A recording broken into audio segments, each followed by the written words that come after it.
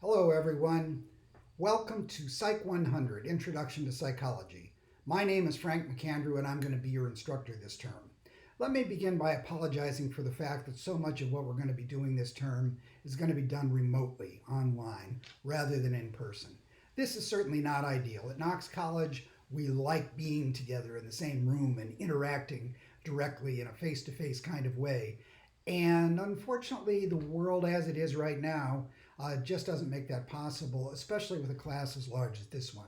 So I'm going to do my best to make the class as involving and interesting for you as I can, but I acknowledge up front that it's not the way that either you or I would prefer to have this done.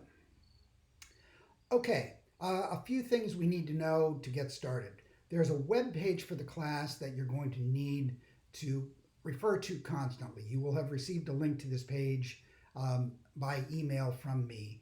The web page is where you're going to download all the materials that you need for labs and videos, and it's also the way that you're going to keep track of what's happening in the course at what time.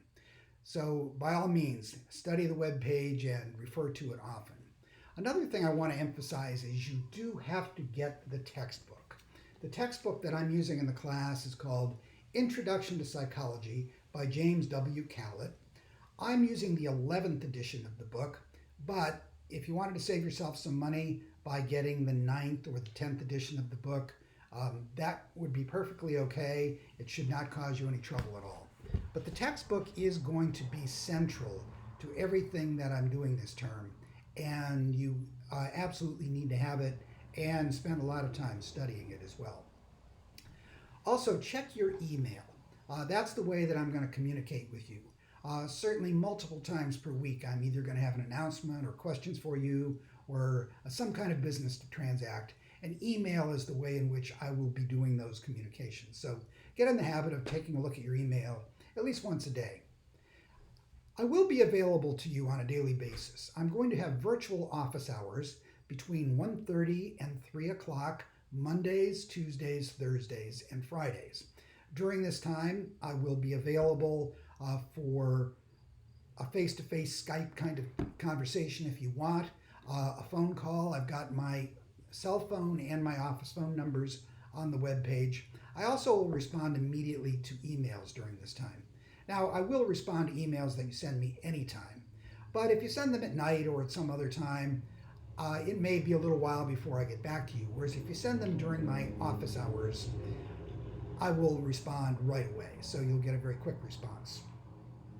Okay, so the way the course is going to be run is asynchronously, meaning that the whole class does not need to be together at the same time ever. You'll have some flexibility about when you take quizzes and when you engage with the material, so people will be able to kind of work at their own pace. Having said that, every Wednesday I will have a synchronous virtual session where everybody can log on and see each other and speak in real time. Now, this is an optional thing. I promise I will not be covering material or doing something that will show up on a quiz later on or end up being required for the class. It's an opportunity for you, not an obligation.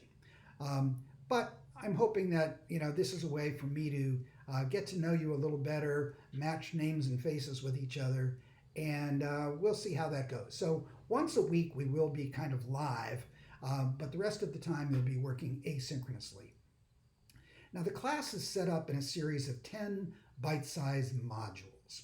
Most of the modules correspond to a particular chapter in the textbook, and each module will be a collection of videos, PowerPoint slides narrated by me, a lab report and a lab experiment, and they will all end with a quiz of some sort.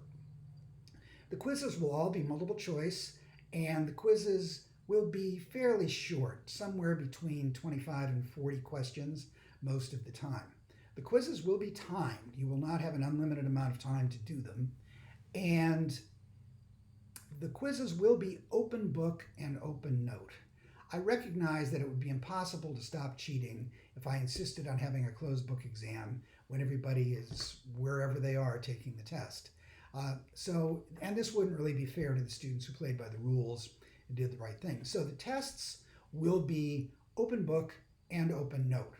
The one thing you will not be allowed to do is to collaborate with other students. You must not take the test with another student, communicate with other students about the quiz, or collaborate in any way. So those are the rules about the quizzes, and you'll find out more about them later on.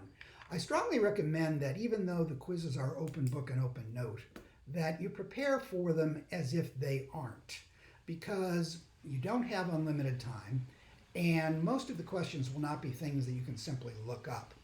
And if you haven't done some studying and organized yourself ahead of time, you're probably not going to do very well in the quizzes. So prepare for them as if it's going to be a regular test where you don't have a book or notes available to you.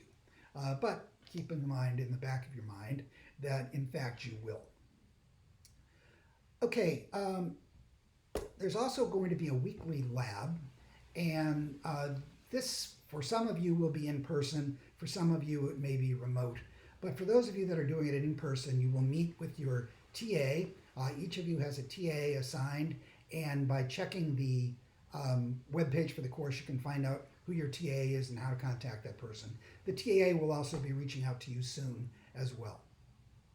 The TA each week will run you through a lab experiment, tell you what to do to write the lab report up, and then a week later you will email a lab report to the teaching assistant.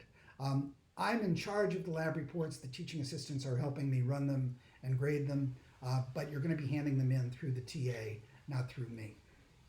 Now, the way that grading will work for the entire class is pretty straightforward.